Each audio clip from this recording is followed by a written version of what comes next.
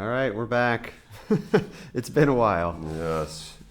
A lot has happened that stopped us from podcasting, having to do with going down to Oklahoma, my family, visitors from DC, and one time just not coordinating well. Building a chicken coop for Ramage. Yeah. We've been busy, but we've been reading and holding off our discussions so that we can talk here rather than outside of here. So hopefully at this point, as you're listening to this, you've already read through book 6 on the Russian monk, which we'll start talking about today, and are already moving into book 7 on Alyosha. But we're starting here in book 5, right after the Grand Inquisitor, for a while a very obscure one, and we're going to take this podcast up through Zossima on the scriptures, right before the duel. And we're going to do another one on the rest of book 6. 6, right. So, the duel, and then the exhortations. And the mysterious visitor in the middle. Right. But we're saving that. Okay, so last time on what happened last the time? brothers. We need a recap. So we finished the Grand Inquisitor. I think that was the chapter, or that was the chapter right before, for a while, a very obscure one. And what you have is the brothers, Ivan and Alyosha, part ways, and you follow Ivan home. And I think there's something very significant about Ivan and how he handles his exchange with Smerdyakov. And I think that's in light of what happened with his conversation with Alyosha. So you get kind of in reality the ideas expressed in the conversation he had with Alyosha, and I think you get his true reaction, his true thoughts, even though he doesn't fully explain it at the very end of book 5. So actually, the second to last page. So I don't want to jump too far ahead, but I'm going to sort of propose a thesis that we can kind of fill in if we want to talk about some of the details of these two chapters before going into book 6. But so you have what he said with Alyosha and the Grand Inquisitor and rebellion and all that, and then he leaves with insufferable depression, and he can't fully explain why this is, and he's trying to think to himself, propose different hypotheses about why am I feeling this way, and it's not entirely sure. And he then says, it's because of Smerdyakov, and you don't really, that doesn't make a whole lot of sense. Like, why is this guy giving you so much depression? And through that chapter, you get this suggestion that Ivan fully knows what Smerdyakov is up to. I got the impression that he knows that he's basically orchestrating the murder of Fyodor. And he knows that he plays a role in that orchestration, but he thinks that he can distance himself from it because he's, his role is leaving. Yeah, his role is leaving, and this is sort of a, what do I have to do with... Am I my brother's keeper? Yeah, what do I have to do with this? Yeah. And then at the very end, when it turns out he's leaving, he says, "Oh no, I'm not going to play. I'm going to Chershmashniov or whatever," and because Fyodor wants him to, and he's kind of resistant to that first because he knows that's just playing into exactly what the death orchestration was. So he wants to resist it, but it turns out no, I'm not going to resist it. And then at the end he does, and he's like, yes, I'm now moving on to a new life. No echoes of the past. But then it ends, and this is the last thing Ivan says in this chapter. It ends with him saying, or the narrator saying, instead of delight in his soul, there was gloom. His heart was ached with such anguish as he had never known in his life before. Right. So this might be hyperbole, but I think this is the narrator speaking here. Right. So this is supposed to be an honest account of what's going on in his soul. He was thinking all night, yada yada, and then also when he got to Moscow, he whispered to himself, "I am a scoundrel." So he realizes he's wronged, which is surprising in light of everything he said. So I think he is deliberately Dostoyevsky is deliberately showing that Ivan can't really accept what he said early on in the conversation with Alyosha. And just this idea that there's no morality because there's no God. Yeah. To claim one's a scoundrel is to admit that one is a moral failure. Yeah, and I think you can then kind of do the you can kind of turn the tables on this, and the fact that he does think that he is a moral failure then implicates him in some belief in God, even if it's not a theoretical or a hypothetical sort of deduction to here's God. He kind of, I know this is going to sound maybe a little too loosey, but he kind of feels that God exists through the fact that he feels that he's a scoundrel.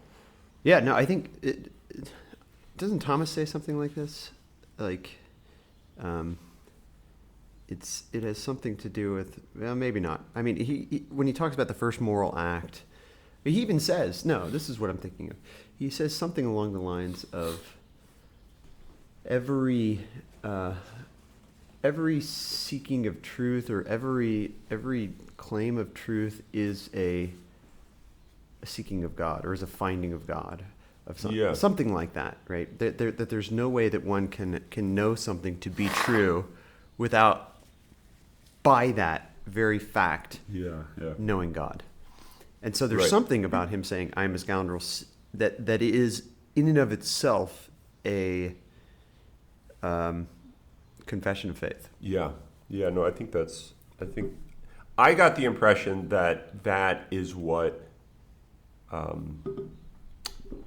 That's what Dostoyevsky was trying to do with this. Is he was trying to say, even though if you were to, even at this moment, you were to ask Ivan, "Do you believe in God?" He would probably give the same verbal answer he gave to Alyosha, which is, it's kind of a complicated story, but at the very least I reject him. Whereas here, the admission of a moral failure is the admission of I don't reject him. There's no other way. There's no other way to live. Than to live by him. Right. Yeah, because there's some sort of a recognition that for there to be reality or life at all, there has to be him. Yeah. Right? I mean, it's kind of like, it's almost like, I don't know, some sort of argument for the existence of God from morality. Yeah. Which is exactly his argument for the non-existence of morality, is his denial of God, right? Yeah. And so I was thinking when I was reading these two chapters, Fyodor. So what you have Smerdyakov doing is orchestrating the murder, even though he. Well, I don't want to say whether he commits the murder or not, but at least in the plans, he's sort of saying, look, Dmitri's going to kill him. He's going to kill him because of this. These people are going to stop him because of this. And it makes you sort of think that this is just inevitable, that this is going to happen. And I think you get a sense that there is a type of inevitability, but you also see who's responsible for this inevitability? And I think what you can kind of recognize in this is the death of or the cutting off of you from your father. I think there's like theological underlines here. It's the father that's being murdered by the son, or supposedly, according to this so far. You have like a mirroring of the rejection of the creature, the creature's rejection of the creator. Right. So it's Fyodor is like, I mean, this is an odd comparison, but like God the Father, God the Creator.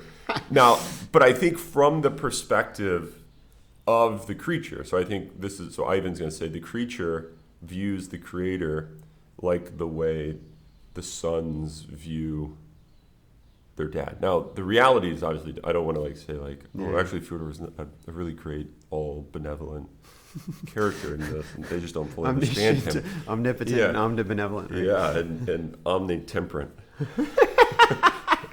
That's not the truth. That's not the truth. But I mean, all I would want to suggest is there's an interesting parallel between the rejection of the father, of the creature, the rejection of the creator, and the brother's rejection of Fyodor. And I think this is a theme that's going to carry out. And is there a freedom that comes by rejecting the father, or by killing the father, or by killing God, or getting rid of God?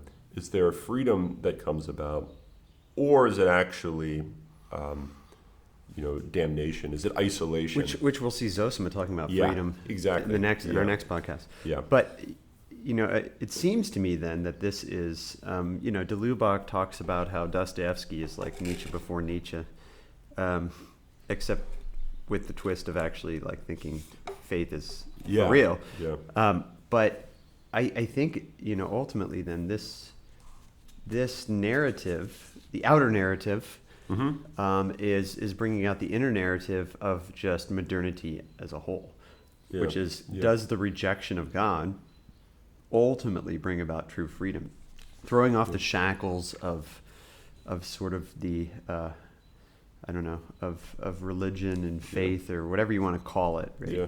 I mean, even just I think generic tradition. Yeah. I think this is the little thing that Ivan says at the end, so long with the past life, away with it. I've done with the old world forever. Exactly. Yeah.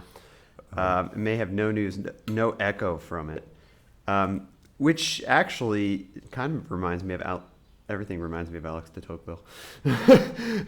Kind of reminds me of his explanation of America, which, and America's kind of known for this as sort of being a non-ritualistic, non-formal. If everybody's equal, then there's never sort of any sort of,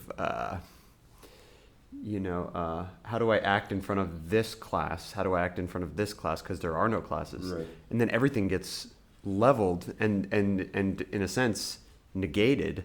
And if you don't have form, then do you have life? Is kind of the question. And think about that. And that's a kind of has to do with faith, but it kind of has to do with, like you said, just generic tradition. Yeah, so think about that in light of, and this is going to get rich, so rich like the third course of a meal, which the servants would bring out, which brings us to the relation between the masters and the servants, right? Which, interestingly, you have, Zossima, in light of his brother, right, talking about the can there be or must there be servants, or if there are servants, can we be the servants of our servants while they serve us? Yeah. So that we actually treat them in such a way that their service to us is transfigured not into a service of us, but in us serving them. They're serving us. Not a lording it over them. Yeah. Yeah. Right. And so I think there you have this example of taking an old tradition, or an attempt at least Markel and Zossima, and even I think the elder, I mean, really taking maybe this isn't just an old tradition, but taking the tradition of the master-servant and transfiguring it in such a way that it doesn't become a class system, which obviously what seems to be suggested is in the background is the destruction of that master-servant thing, destruction of the class would give everyone sort of an equality and a freedom for all. Which is the de Tocqueville America explanation. Yeah, right. And I think this isn't the de Tocqueville point isn't off topic at all, because I think in the background of this is revolution. It's political. I don't want to say this is just a political book. Yeah, but it's the heart of it, right? Is Russia is moving towards some sort of Bolshevik revolution. It is literally it's right. Moving towards the Bolshevik Bolshevik revolution. I mean, when was this originally written? This was maybe 25 years, 30 years before the. Yeah, so 1879, 1880. Yeah. So about 40 years actually before that, because 1917 right, is the Bolshevik Revolution. Yeah. So and of course and throughout Dostoyevsky's book, I mean, Demons is all over this too, right? The question of revolution and the working class and all that's going to take place in Russia, which ultimately leads to the Soviet Union, right? Yeah. And the disaster that is. Yeah. Right? But of course there's this, I feel like everything we've talked about in the past 5 years is coming up now. Yeah. There's Václav Havel's explanation that the West is merely a different flavor of the Soviet Union. Right? It's the same thing. And not to to jump past where we're supposed to talk today. But there is a point that Zossima makes where he's talking about this thing about masters and servants, right, in his exhortations. And he says, so am I saying that there shouldn't be servants? No, there will always be servants, but, and then he kind of explains what master and servant should look like. Right. Yeah. But so this is why it's not the de Tocqueville or the Marxist point, right? It's not saying classless society. Instead, it's saying, yes, classes, but to quote, I don't know who I'm quoting, if it's Ratzinger or JP2, I think it's JP2. But in the midst of this society with classes, which I think it seems like, at least T.S. Eliot says classes are essential for true community. With classes, you have a civilization of love, and that's the key. And because I think what has to be the case is the recognition of the one class is at the service of the other class. And so it's not simply you have the proletariat at the service of the bourgeois, and the bourgeois are at their own service, like they're their own keepers, their own masters, right? So that you move up the ladder of class, and then you get to the top, and they don't serve anybody. Yeah, and they don't serve anyone. Everything's for them, as if like that's as you move up the ladder of power, perfection, then the degree to which one sacrifices or gives of oneself to another decreases. Right. I think that's a great misunderstanding of like hierarchy, and also a great misunderstanding of God. If you place God at the highest class, if you will. Yeah, then we're all just the slaves. Then we're all just the slaves of God. And I think, unfortunately, that's a way that people tend to think of it. Whereas as you move up the scale, there is a sense of moving up to higher degrees of perfection and higher degrees of respect and natural duty we have to that higher class, if you want to put it that way. But that's also only the case. It's only a higher class because it is at a greater service to those below it, which in fact means, in light of the incarnation, the higher class is only higher because it can become the lower class. Right. I mean, the last shall be first, the first shall be last. Who said that? Who is the greatest but the one who serves all, right? I came not to be served but to serve. Yeah. This is just Christianity. Yeah, right? yeah. And so when people throw around the term servant leadership, I think this is what it really means, right? Right. Instead of what maybe some people mean, which is really servant tyranny. Yeah.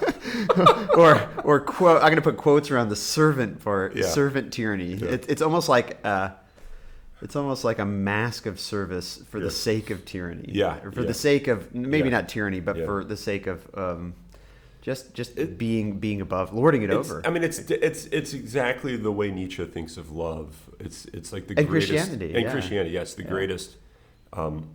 it's the greatest tool for the weak. Yeah, to become over the strong. Yeah, to lord over the strong in Right. power. I think, oh man, well, two things. Number one, it seems like this misunderstanding of the class, the highest class, being sort of the one who benefits from everybody and serves nobody, is sort of the heart of the problem of the French Revolution. And I mean, dare I say this on the mic? Maybe the American Revolution. And definitely don't want to get into this, but perhaps riots today, right? I think maybe even still the heart of that is this misunderstanding of I want to be the one who doesn't serve anyone. Yeah. Where Zossima is going to say the exact opposite of that, right? Who is like, what is the point of living in this world? It's to be at the service of everyone, right? Yeah.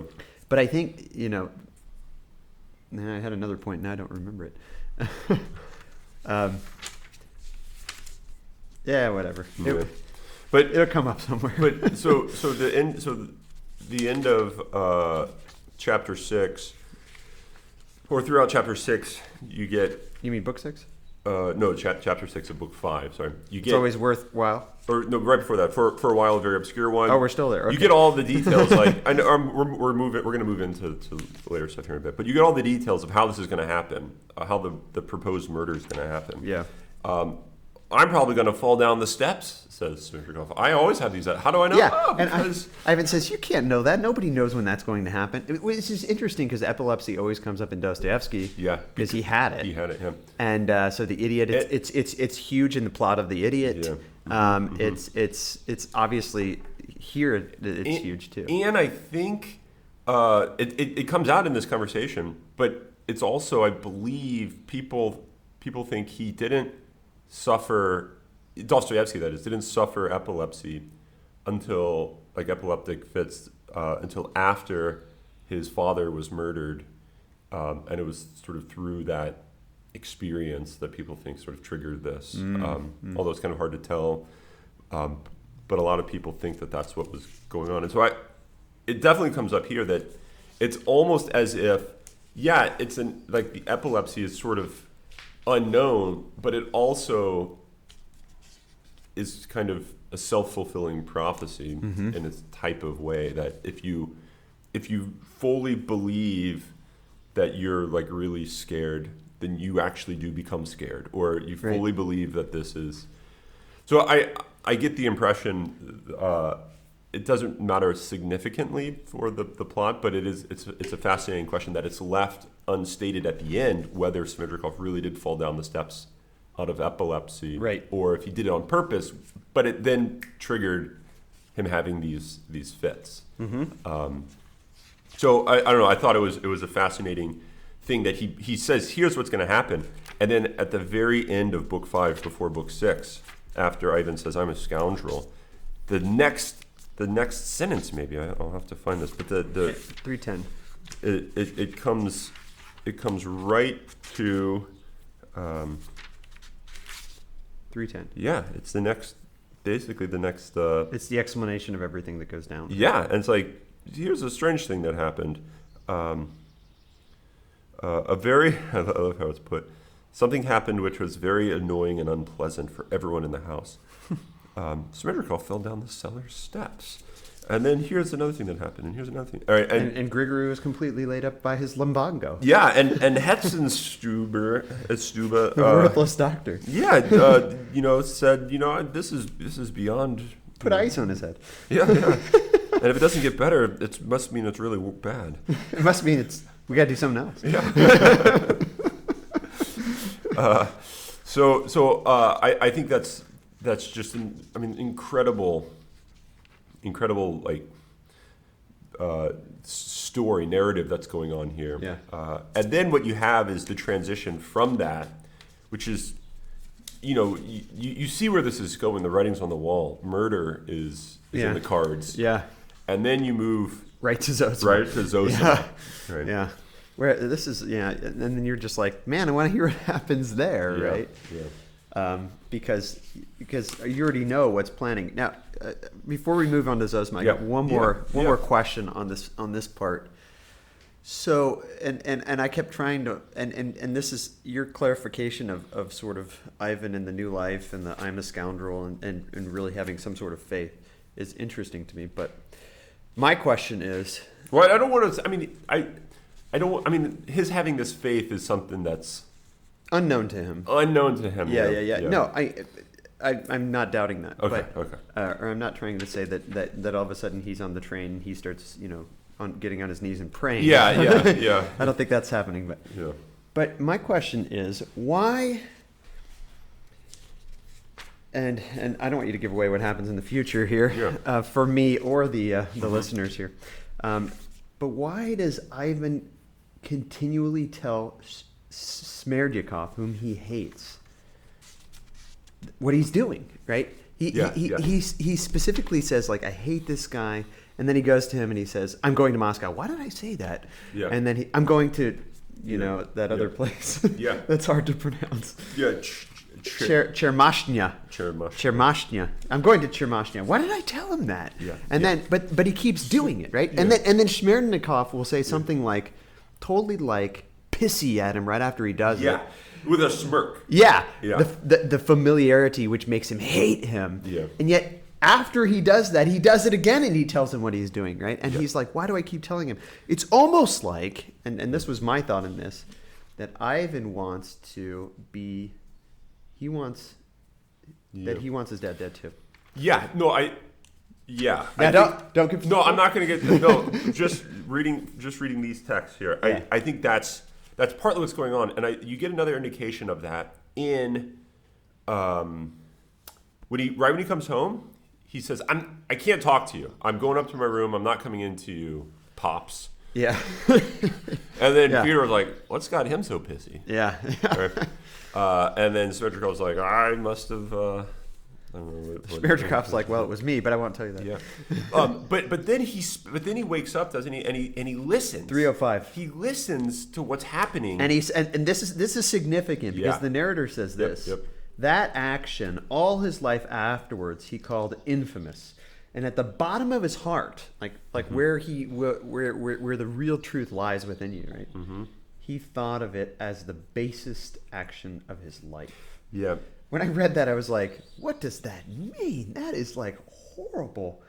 And all he did was wake up and listen to his father, like pacing back and forth, waiting for, Grushenka. Yeah, Grushenka to come and give herself to him, right? Yeah. As I love this line that Dostoyevsky gives at the very end of the chapter. Fyodor Pavlovich had much to think of, but never had his heart been steeped in such voluptuous hopes. Yeah. I mean, that if that doesn't say Fyodor more than anyone. I love this is just such a centralist here. This ends in the chapter, or the book ends this way. This time he could say almost certainly that she would come. Like, yes, this time.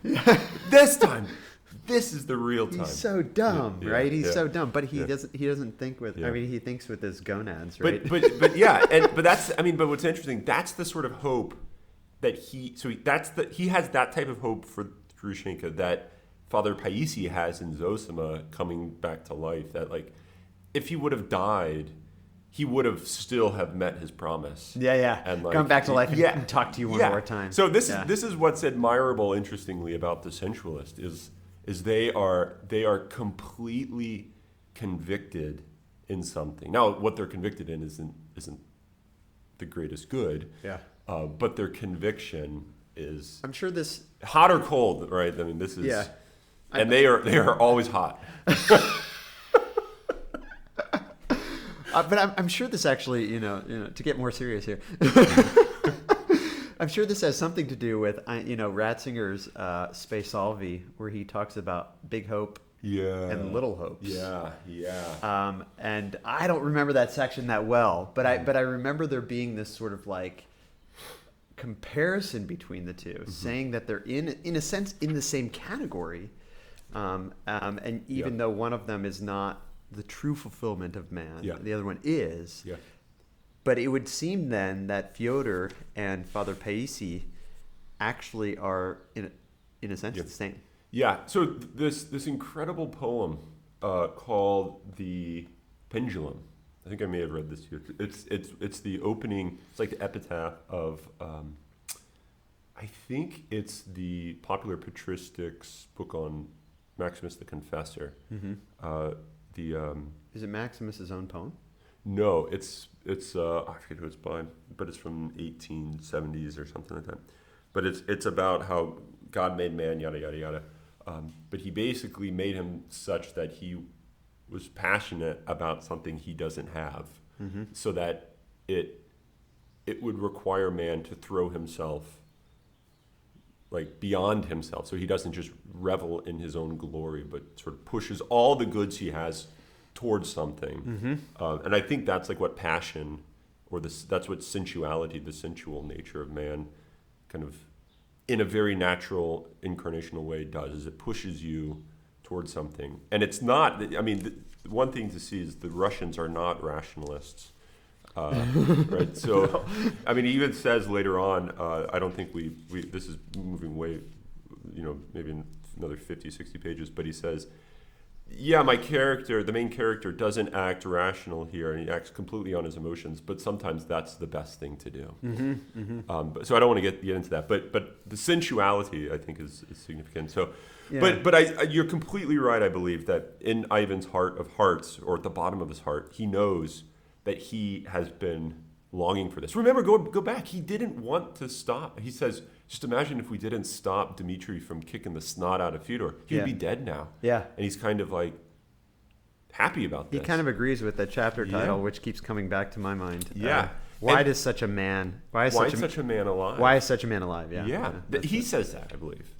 Ivan does. I think, that's Ivan's saying. Well, I know. I'm pretty sure Dmitri says it in that chapter. Yeah. Okay. Right. But maybe he says it again. Why is such a man alive? It's on page 77 here. Let's see. It's Dmitri says with rage. Dmitri, right, in the conversation. Yeah, but later. And this is in Zossima's cell, right? Yeah, and later on, though, when this is after he's had too much, Fyodor has had too much brandy. Which time? It's in the morning. No, wait. After he gets beat up, right? I think Ivan says, like, what would have been so bad about him dying? Yeah. And it's basically along the lines of, would it have been wrong to stop him from killing such a scoundrel, such a horrible person? Yeah. So that would be interesting if he actually used the word scoundrel, because I'm a scoundrel. He calls himself that. But in Ivan's heart of hearts, he knows that he wants Fyodor dead, which is, I think, right after this long tirade about rebellion and no immorality, or there's no morality without God, and he's depressed because of Smerdyakov. He then sees the whole thing play out. So I think when he speaks the truth to Smerdyakov without fully knowing why, I think it's just a way of saying, because he's being true to himself. Yep. No barriers are, because what he sees in Smerdyakov is his ideas, and so he's also at the same time. Yeah. Smerdyakov is like the incarnation of his ideology. Yeah. And therefore, but Ivan is not. Yeah. Because of this hatred, he whispers to himself. Yeah. And this hatred of Smerdyakov, but yet at the same time. Yeah, that's true. His hatred. That's what he has to affirm, because that's the one that is the most European, in the sense that it's these ideas brought to fulfillment. Remember, he went to Europe, I believe, to study culinary arts. Smerdyakov. Yeah. No, Moscow. Yeah, he went to Moscow to do that. Ivan went to Europe for some reason. I don't remember. Yeah. And that's where he saw the monuments and. Yeah. Well, that's a great line. But but that's he knows that he is central to this plot, and I think he's telling him it partly to say to himself. I don't know. He doesn't know why he's doing this. That's interesting. But some of it, I believe, is especially, no, I'm going to Moscow. I'm not going there. I think, is to try to distance himself from it. Uh-huh. But then when he goes, I think he's basically pointing out, I'm not going because of my own accord, even though I am going. I'm going for my father, and he's sort of willingly going, but at the same time knowing this means the death of his dad. But yeah, and again, he confesses to Smerdyakov, I'm going. Like, instead of just going and saying, I'm just leaving all this crap behind, he says to Smerdyakov, I am going. So, just so you know, wink, wink, you can fall down the steps now.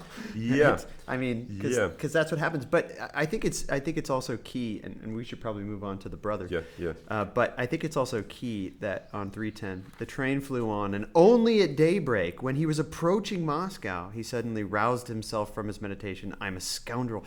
I think it's key, first of all, that he whispers it to himself. It's almost like he doesn't want to admit what he's admitting, even to himself. And but he does say it out loud, which I think is interesting. That's the title of a Nietzsche book, too, Daybreak. Daybreak? Mm-hmm. Really? But I think so. There's something the rising of the sun. I think there's something.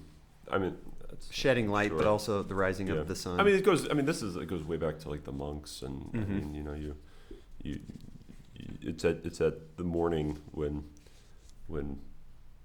you illumination happens, or in the sense of it's also at cockcrow when Speaking of cockcrow, which you were just hearing, at cockcrow when Peter realizes his folly. And maybe that's in here too. But I was going to say, not necessarily, you've gone more profound than I was going about what daybreak means. But I was thinking, he is far away. It's only when he's far away that he kind of whispers it to himself. And even if he jumped on a train to go right back, it's probably going to be too late. Too late. Yeah, too late. Because Smerdyakov is down. Lumbago has rested into Grigory's back.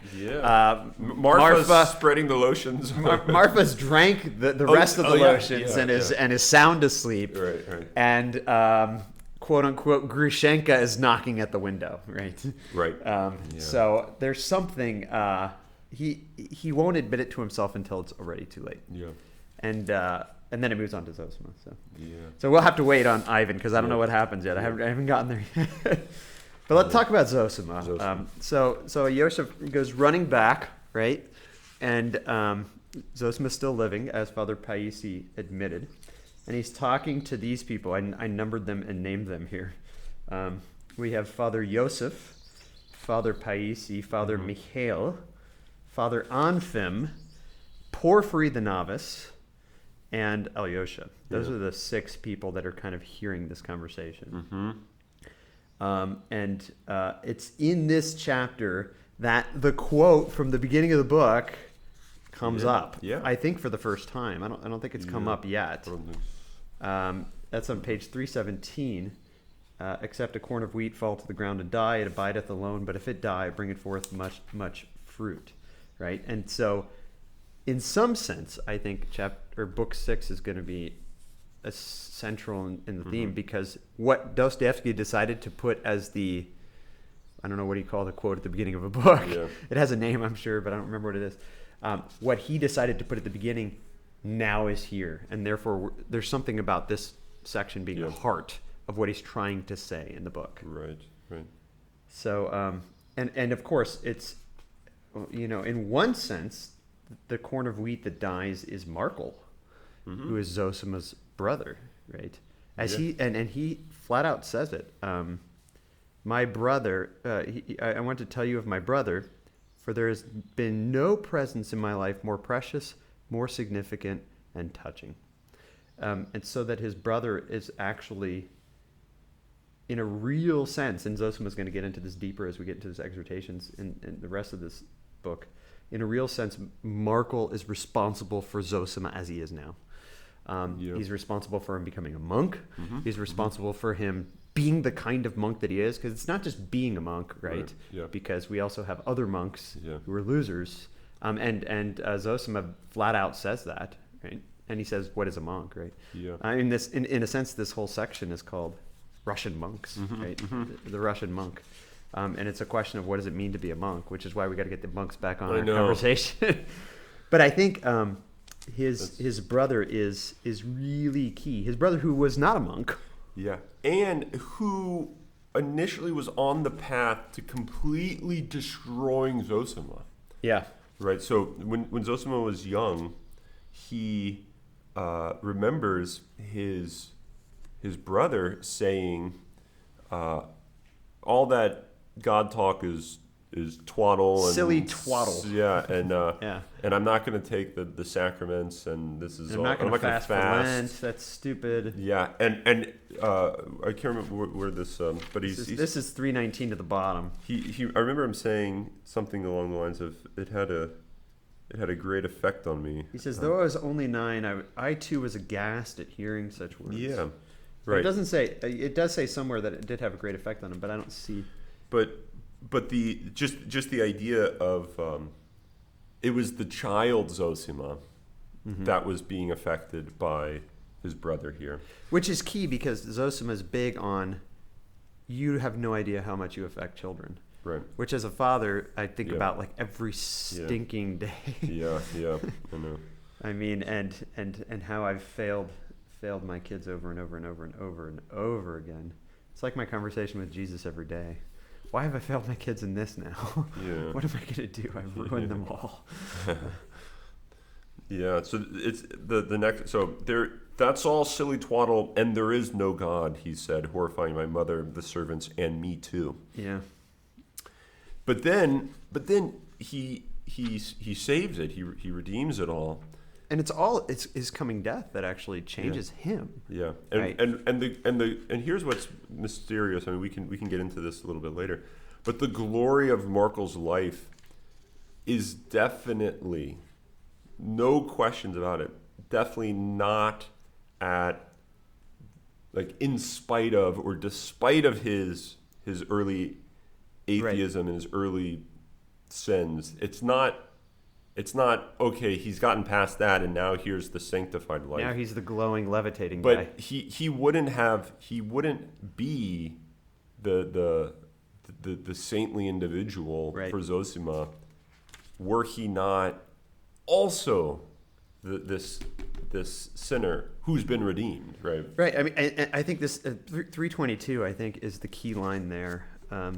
Okay, so this is after he's already he's moved into this new way of seeing the world, right? And he says this is right when he starts begging forgiveness of the birds, which Zossima sees as absolutely, like, in a sense, quintessential for what it means to live in the world. Right. But right after that, I mean, we could talk a lot about the first birds of spring begging their forgiveness, and probably we will. Yeah. But after this, his mother says, "You take too many sins on yourself." And he responds, "Mother, darling, it's for joy, not for grief I'm crying. Though I can't explain it to you, I like to humble myself before them, for I don't know how to love them enough. If I have sinned against everyone, yet all forgive me too, and that's heaven. Am I not in heaven now?" So heaven isn't, I mean, and here we get into the question of, I think, what Christianity is all about. But I also think even the title of the book, Brothers Karamazov, right? The Brothers of the Black Stain, we've been talking about that. It's not no sin ever. Gosh, this almost sounds like blasphemous saying this. It's rather forgiveness. That's heaven. Forgiveness is heaven. And the great mystery, is that this was brought about from the foundation of the world. Right. So I mean, I think the blasphemy would be like, you know, it is, like, it has to be the case that God made sinners, or that it has to be the case that we sin, or yada yada yada. I think there's something much more mysterious going on in what it is to fully give of oneself freely, but yet be able to redeem the whole story, the whole free story of the sinful life of man, and redeem it in such a way that it becomes, from the very first sin on, a story of salvation, not a story of, like, corruption or falling away, right? Mm-hmm. And how that happens is through the life of Christ, Right. His becoming sin and resurrecting. Yeah, Right. yeah. So I think it can sound overly scandalous when you read too much into like, you try to put it into like the categories of Right. it has to be this way, or Right. it's a necessary thing or a contingent thing. And I think there's something much more mysterious going on in salvation history, Yeah. the story of salvation. Right? Is it contingent? Is it necessary? I think Those it's categories don't fit. Yeah. Yeah. But there does seem to be an equation in some sense of heaven or perfection and forgiveness. Yes. So it's not just that heaven would, I mean, maybe this is exactly what you're saying I shouldn't be doing, but it's not, he's not saying heaven would have been a world where no one had to be forgiven. And maybe saying it wouldn't be that way is false. But what I'm saying, I guess what he's saying is, given the world given my life, here's what heaven is. Yeah. It's forgiveness. Because I think And given your life, and given all of our lives. Yeah. Because I think ultimately there wouldn't be heaven if there weren't love, and the only way for there to be love for creatures like us, the only type of love for the Karamazovs Right. in the world Right. is forgiveness. Like forgiveness is the way of love for the Karamazov, and therefore that's the way of heaven. Right now, So to ask forgiveness and receive forgiveness is just what joy is. It's not like being in a state that you don't have to ask forgiveness, because in a sense that's just false. right. And that's the key of Markel's final sort of spiritual, I don't know, aphorisms, if you want to put it that way. It's not that, oh, if I could only live a sinless life. It's forgiveness is heaven. To be forgiven is to have full joy. Yeah, yeah, and so I mean, we can go back and fill in some of absolutely. how this all comes about. The idea of, and this was in two levels a beautiful chapter. I think about beauty. Yeah.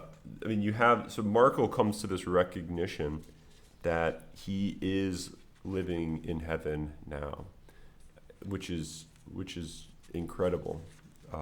It doesn't totally explain how he does. Yeah, no. It says, so on 320, he has galloping consumption. The doctor says he's not going to live through the spring. We don't know what they told his brother. She begs him to go to church. And then 3 days pass and Holy Week had come. And on Tuesday morning, my brother began to go to church. And he says, I'm doing this simply for your sake, Mother, to please and comfort you. And yet that doesn't last very long, that he seems to only be doing it for her. He couldn't go to church after a while. He says he took to his bed. So he had to confess and take the sacrament at home. And it was late Easter. So it seems like Holy Week, he starts going to church for Mom so that she doesn't keep crying, which she seems very happy about. Yeah. And it's by late Easter that he starts having this real transformation. Yeah. But right, yeah, go ahead. no, I was going to say that I think I mean, we don't fully get why this transformation, how it started, but I think we all know how it starts. It starts the way that it starts for everyone, which is just as a response of someone's love towards you. And so I think it's his mother, his family, maybe even Zossima himself. His servant? Yeah. Lighting the lamp, coming in, serving him. And ultimately, I mean, in the midst of all that, especially as he's receiving the sacraments, we have to talk about some sort of a love of Christ, right? Yeah. And but I think the love of Christ becomes tangible for him in the mother, in this, and then it's this realization, and so I think it's his doing this for the sake of his mother is a response to the love his mother has given him, and so I think that what's kind of interesting is she does sort of redeem him, and yet he at the same time, at least for Zossima, plays this role of like redeeming them. So it's this interesting circle. Yeah, So much so that Zossima becomes what he is because of what Markel became, and Markel became what he was because, in some sense, of what Zossima was. Yeah. Right. Who was one who, in some sense, followed his mother, even though he ends up living this kind of messed up life before he becomes a monk. There is something having to do with, as he explains, when he went with his mother to the church by himself, and the incense rose. And I mean, there's some sort of something going on here that probably was an effect on. Yeah. Markel. So the end of this section, bottom of 322, he cried a great deal at his funeral. Zossima did. I was young then, a child, but a lasting impression, a hidden feeling of it all remained in my heart, ready to rise up and respond when the time came. And the time that comes is going to be talked about, I think, in the next section, so we won't jump ahead to that, but that's the duel. I think this lasting impression, hidden feeling of it all seems to be in some sense at the heart of this whole book, because he says something about this about Alyosha at the very beginning, like that he has this like unexplainable even to himself mysterious faith in God. And that I think what Dostoyevsky is trying to say is faith is not it's not something that can just be categorized in a rational way. It's always going to be mysterious, sort of, I don't want to say mixture of, it's like almost beyond. It's like it transcends without transcending, maybe transfigures rationality or thought and emotion and passion, and it's maybe it's just what I'm just trying to explain what love is. I don't know. But it's something that is not, you're not able to say, oh, this is because I thought myself through these things. Right. Although it's not because I didn't think myself through all these things. So I need to reject.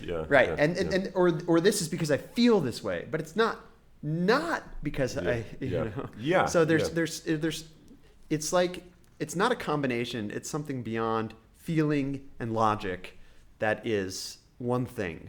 Right? And kind of engulfs feeling and logic, so that sort of orients them. But it's coming up in all the characters, right? So Alyosha's like this, Markel's like this, Zossima explains basically Christianity this, and Ivan is like this, right? As we were just talking about. And as we're going to, I don't want to give, but you're right, all the characters. All the characters, be generic here, generic. All the characters we've talked about. But part of that kind of comes up here, 320 again. This is where the actual, as he calls it, the marvelous change passes over Markel. A marvelous change passed over him. His spirit seemed transformed. The old nurse would come in and say, "Let me light the lamp before the holy image, my dear." Can you imagine anything more Russian than that? No. And once he would not have allowed it and would have blown it out. I mean, talk about like, not just like, oh, I hate this, but I'm going to let you do it, old woman, but get out of here. Despising her life. And here's how the way he says this is beautiful. Light it, dear. I was a wretch to have prevented you doing it. You are praying when you light the lamp, and I am praying when I rejoice seeing you. So we are praying to the same God. So I think this explanation of prayer is very interesting, because normally we think of prayer as sort of this directed conversation to God in words, either out loud or in my head, whereas Markel, I think, rightly sees prayer as the very lighting of the lamp is prayer. But even more drastic than that, my rejoicing at seeing you light the lamp, even if I'm not like thinking, God, you are great, but my mere rejoicing at you lighting the lamp is prayer. Just the joy of seeing good. Right.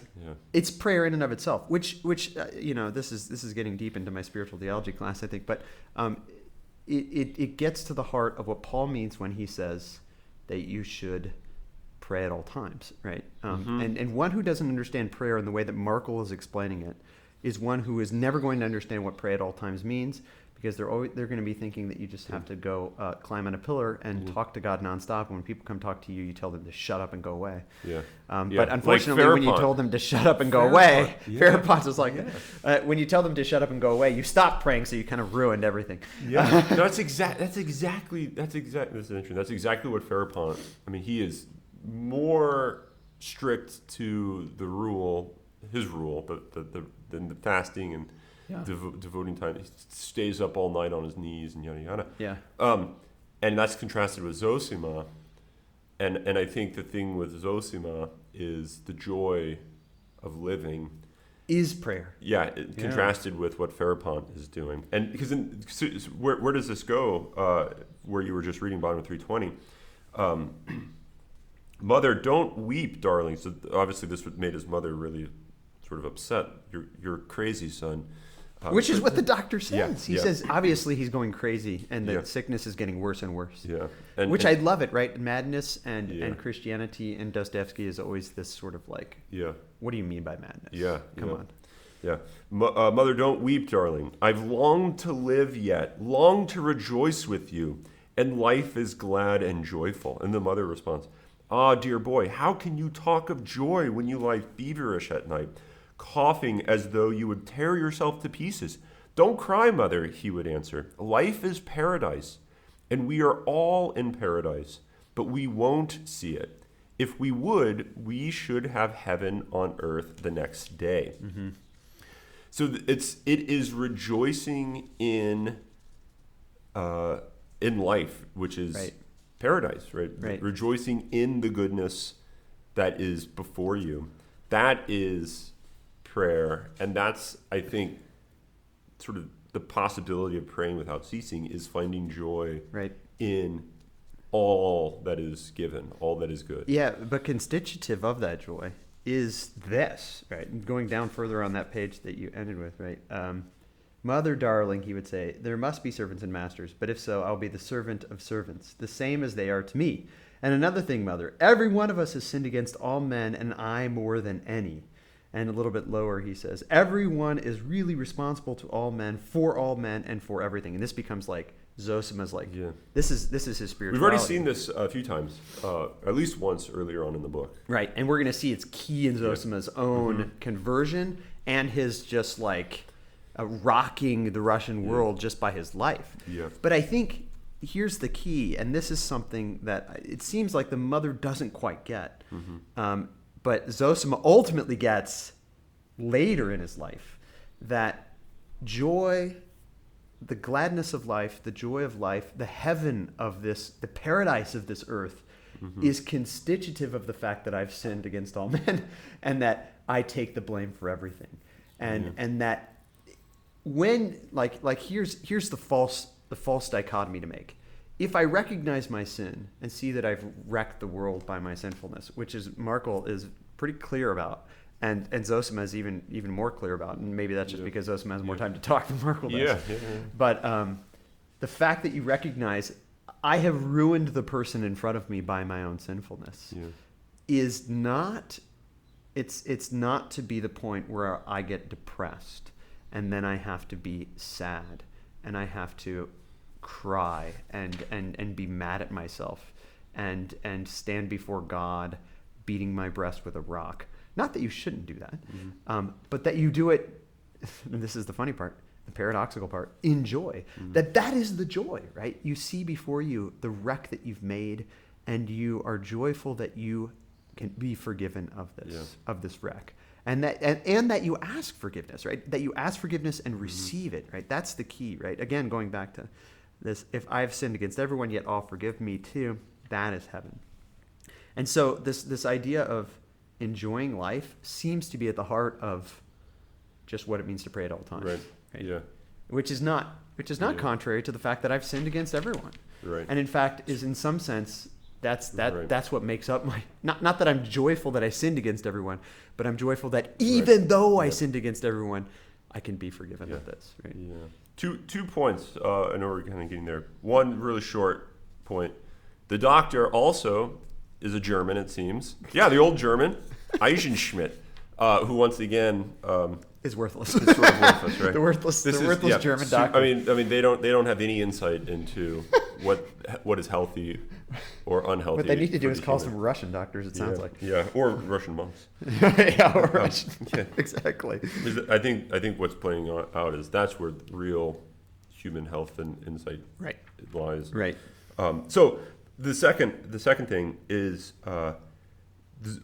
Markel's method is you need to go into the garden, walk and play there, love, appreciate and kiss each other, and glorify life.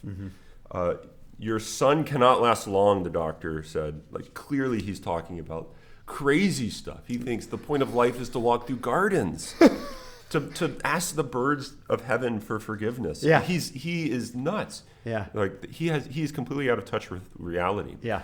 And the great irony is he's more in touch with reality than Eisen Schmidt. Yeah. Way more in touch, yeah. it seems like. Yeah. And I just love that what he wants more than anything is he wants his brother, right? Remember, so Markel and Zossima are brothers, right? Which mirrors the brothers of the Karamazovs, right? Right. And as you see, Zossima, well, at least Markel is a Karamazov in this sense we've been talking about. So is Zossima. And as we'll see, Zossima is too, right? But it's this taking Zossima in and saying, go into the garden, which might also be reference of Genesis, I don't know, and play there and rejoice in the beauty that you find there, and realize that there is no sin in them, right? And it's the fact that there is no sin in them that they can now be completely the source of your joy, and therefore any evilness that you have, or any badness, I don't know the way to put it, any discomfort, sadness that you have in seeing them, you know is from you, and so you should ask their forgiveness, because it's not them that's the problem, it's you receiving them or taking them on, or you being with them, right? And so I think this is incredibly important for what's to come, is that when you see something which is innocent and all good, but yet you feel disgusted by it, you know there's something in you that is not right. And therefore you need to ask them for their forgiveness, because you have kind of corrupted them in your hatred of them.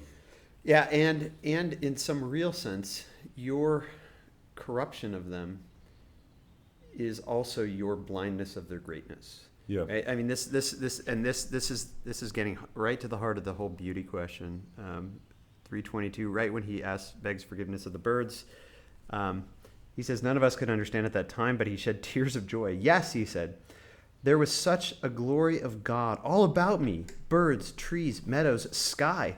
Only I lived in shame and dishonored it all, and did not notice the beauty and glory. So it's not only that you caused the nastiness of the world, which he's perfectly fine admitting that he's responsible for it all. So in some sense, man's sinfulness touches the very heart and root of the confusion and distortion of the world. But at the same time, it disables me, it blinds me from seeing the sinfulness and glory of the world, right? And in a sense, the glory of man or about me, right? Which is going to be, in a sense, the heart of it all. I mean, I don't want to separate them, and Zossima would hate that I even maybe make a distinction here. But the glory of the world, the glory of the birds, the glory of the trees, the glory of the meadow, the glory of the sky, and the glory of man is all one flowing ocean, to use Zossima's terminology, which I'll use in a second here. So I just want to read this. So this will be my last sort of comment. Okay. Wait, were we supposed to do the scriptures? Yeah, we can do that next time. Oh, okay. Shoot. So the last thing Markel says, at least in the book. Yeah. Well, he said, after looking at Zossima for like a minute or so, well, he said, run and play now. Enjoy life for me too. I went out then and ran to play. And many times in my life afterwards, I remembered, even with tears, how he told me to enjoy life for him too. There were many other marvelous and beautiful sayings of his, though we did not understand them at the time. This idea of enjoying life for him, I think, is tied up with the responsibility. If you're responsible for another's downfall, you can also be responsible for their salvation. Right. Which I think is. But I think that's at the heart of the whole book, mm-hmm. right? And if we look at the brothers Karamazov and we say they're destroying each other, and maybe Fyodor is really responsible for their foulness. Mm-hmm. At the same time, Markel was destroying his family, and all of a sudden became the transformation of all of them. Yeah, right? yeah. And we'll see Zossima does the same thing, and he becomes the transformation of all sorts of people. Mm-hmm, mm-hmm. And so it seems to be like the heart of this is, and maybe I keep thinking of evangelization in the midst of all this. What is evangelization but merely to love and have joy, and ask forgiveness for all, which is great. Yeah. So okay, we'll move on. Book 6. Starting the next podcast here, we'll talk about the duel and the mysterious stranger, and man, it's gonna be The scriptures. We'll say a little bit about the scriptures. Well, it's gonna be We'll go through the scriptures fast. Let's put it this way: it's gonna be hard to limit it to one podcast. Yeah, but we'll push through. But we have to keep going. Yep. All right. No music this time, so.